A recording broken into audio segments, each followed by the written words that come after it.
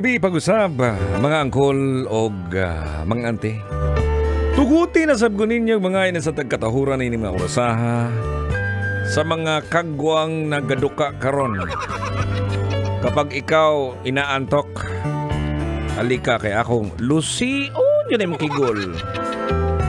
At syempre, check attendance muna tayo mga kabisyo, no? Check attendance tayo kung ikaw ay isang pasahero nang nakikinig sa atin sa Love Radio Manila ngayon. Ang gagawin mo ngayon, puntahan mo ang aking fan page, no? I-like mo at saka follow Totoy Bato Official. Kung si Manong Driver ngayon nagmamaneho, syempre hindi mo siya po pwedeng bumati, no? Ikaw ang pasahero, ikaw na lang ka, no? Sa aking fan page sa Totoy Bato Official. Basahin natin yan maya-maya, ha? Balik po tayo mga kabisyo sa ating pinag-usapan, call og ante. Sa mga kahalagahan, no? Kalagahan sa pagkain ng gulay.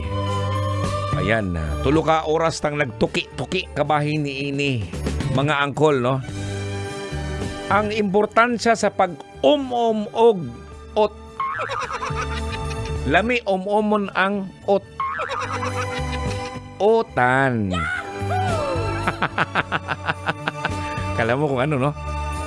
Kung alam mo mga kabisyo, no?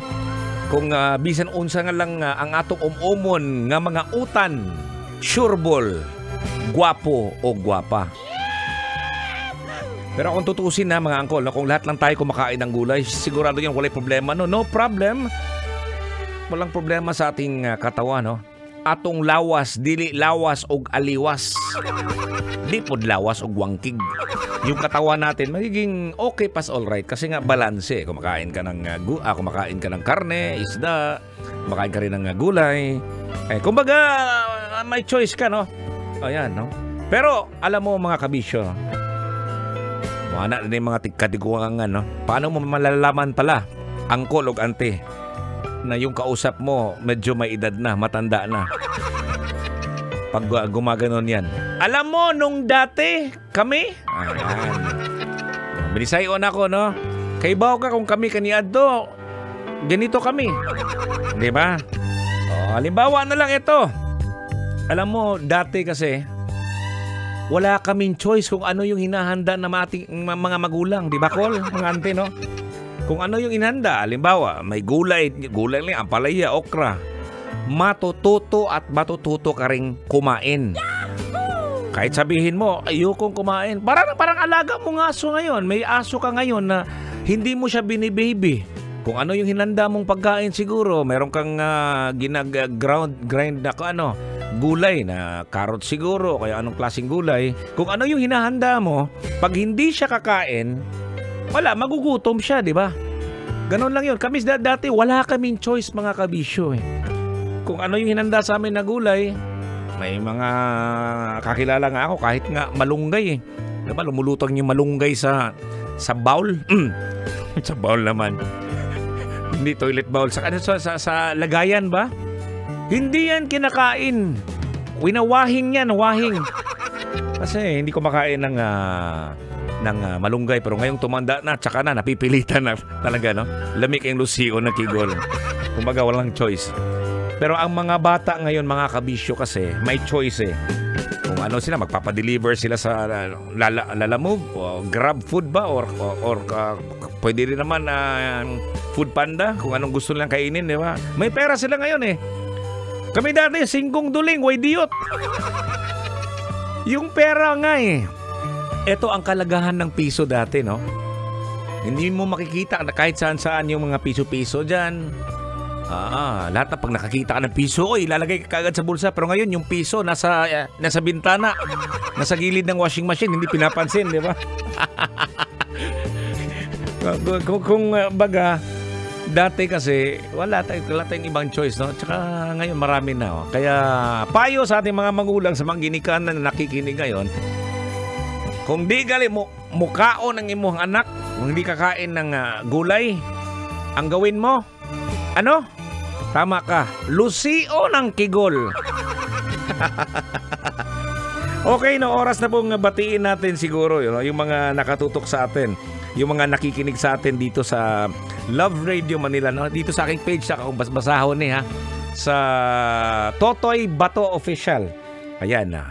Sabi ni Cob Lacre, Call, shout out nako si Uncle Archie na Grab driver. Hehe. Hoy, tama-tama no. Salamat Uncle Buko. Hindi. Bato.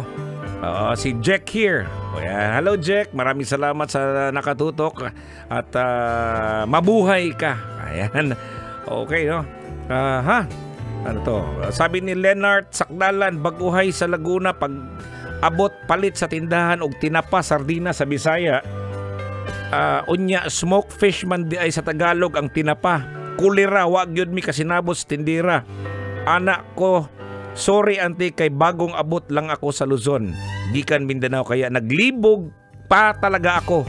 Not knowing na lahi man day ang meaning sa libog dinhis Manila, kulira, libog sa Bisaya, nalilito, libog sa Tagalog, ambot lang. Oo, giuwagan no. So ayan, nalilito tayo. Okay, no, maraming salamat no. Anong dialect na ano ba, medyo may pinost kasi ako no, baguhay lang kog abot sa Manila. Ni palit kog lubi. Ningong ko tindira. Pabili nga po ng isang nyog. Pakikagid na rin po. Pabili ng isang nyog, pakikagid na lang. Hindi pakikagid. Ano pangalan to? Kayod? Ano yan? Tama. Tama yun. Ay, nako naman. Alright, no? Tingnan po natin. Baka makakahabol pa tong kabisyo po natin na nag-post dito. Kasi at ngayon lang, ayun, pungasin na tong message natin dito sa ating nilagay dito ngayon. Alright. Sabi, Coltoy, ang piso sa una, makapalit na og upat ka buok nga balikot sa. Sabi ni Amil Robert, no? Shout out di itoy. Pioneer Tambay Grab driver. Kada gabi ko kapaminaw sa imo sugod sa EDSA. Oy, daghang salamat. Maraming salamat no sa nakatudok no, at pagsabihan niyo yung mga driver na ibang na nakikinig ngayon no, na pagdating ng 9 PM dapat nakatutok na. Dapat nakatutoy na. 9 PM hanggang 12 midnight sa ating programa dito. Ang wail nga programa, wailhi. Okay, later on at 5 in the morning, we'll have the program Feel Good Morning. So, ingat po tayo mga kabisyo, yung mga nasa daanan, mga grab driver, mga taxi driver dyan, security guard, yung mga nagluluto kayo, yung mga gumagawa ng tinapay, dito na po tayo. Kung di ka maminaw na ko, Lucio na ko yung tigol. Alright, I leave you with a song from James Ingram. Ingat po tayo mga kabisyo, amping perme. I love you, todo-todo.